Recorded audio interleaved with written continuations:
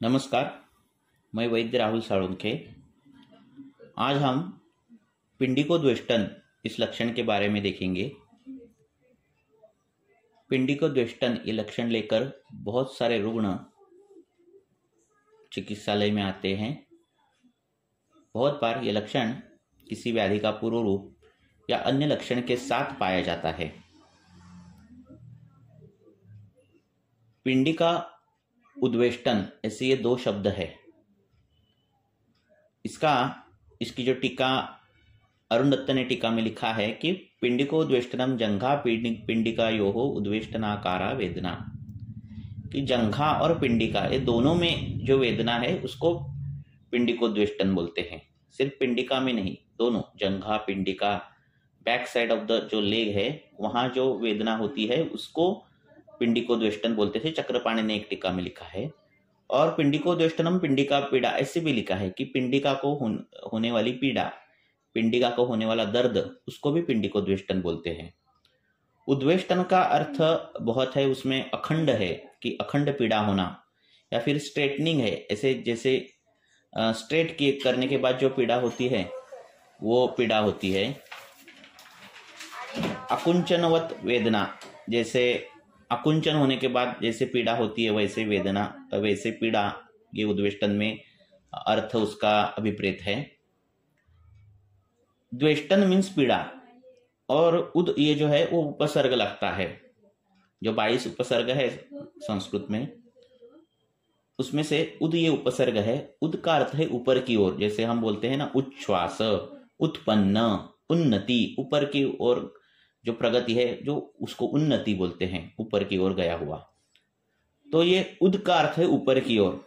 पिंडिका उरु इधर तक जो इधर जो दर्द होता है ऊपर की ओर, ऐसे जो दर्द होता है, ऐसे जो क्रैम्प आते हैं उसको क्या बोलते हैं? पिंडिकोद्वेष्टन बोलते हैं।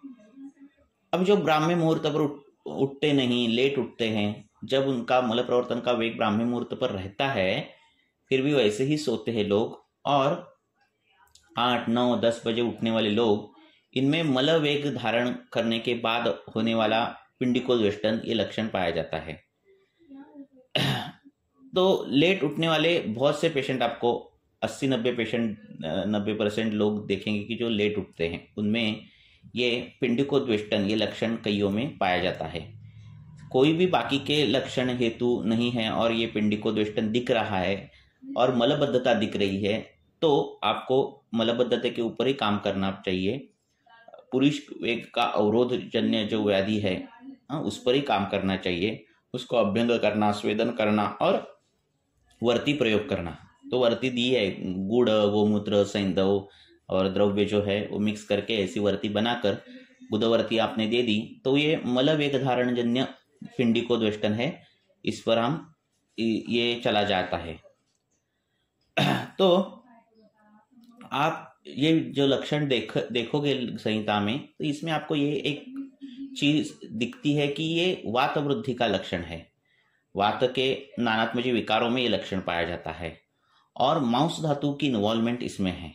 मांस क्षय है, या फिर मांस में गया हुआ ज्वर है, मांस में गया हुआ वात है, ऐसी मांस धातु की इन्वॉल्वमेंट है।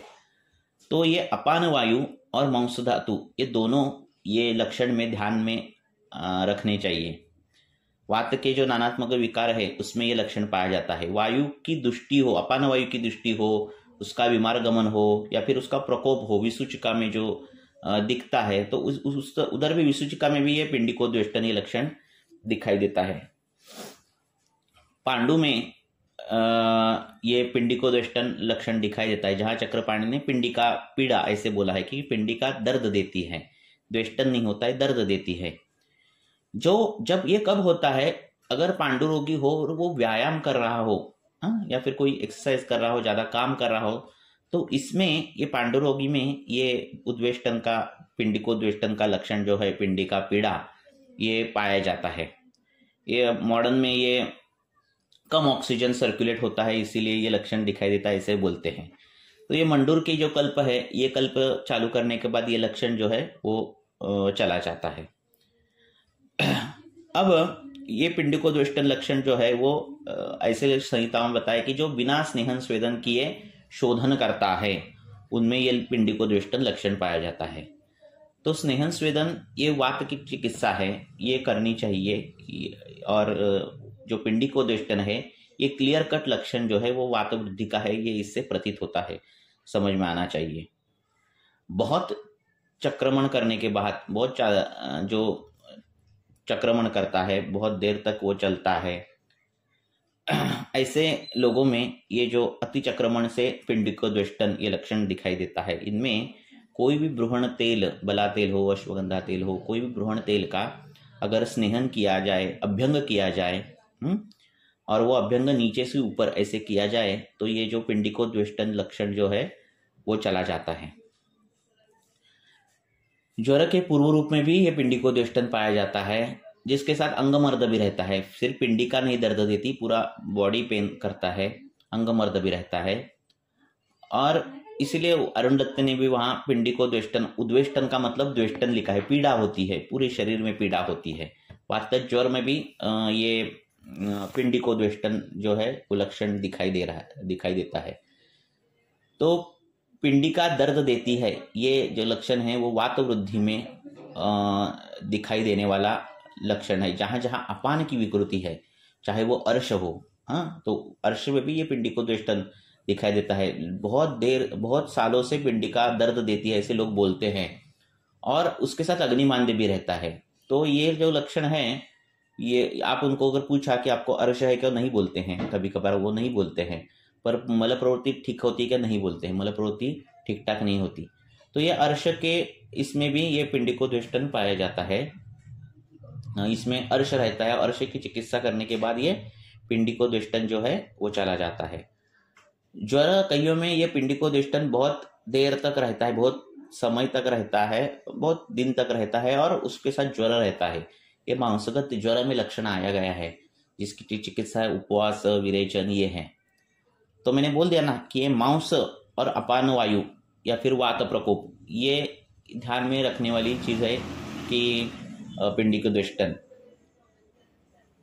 अब मॉडर्न में तो डिहाइड्रेशन ज्यादा होने के बाद ये लक्षण पाया जाता है, चाहे वो डिहाइड्रेशन वमन से हो, या फिर उल्टियां ज्यादा होने के बाद हो, या फिर अतिसार ज्यादा होने के बाद हो।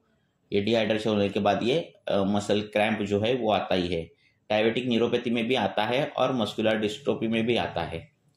तो ये मुख्यतः इसकी चिकित्सा करते समय स्नेहन, अभ्यंग करना, जो भ्रूण तेल है, बला तेल, चंदन बला तेल, बला अश्वगंधादी तेल, ऐसे इनका ब्रूहण करना, स्नेहन करना, अभ्यंग करना इसका, और नीचे से ऊपर मसाज करना, मांस का ब्रूहण करना, मांस में जो दुष्टि है वो दूर करना, मांस का विचार करना, वायु का अनुलोमन करना, ये मुख्य चिकित्साएं ये पिंडिकोद्वेष्टन ये लक्षण दूर कर देती है। धन्यवाद। आपको ये जानकारी कैसे लगी और आपके कुछ सुझाव हो तो ज़रूर कमेंट बॉक्स में बताइए। धन्यवाद।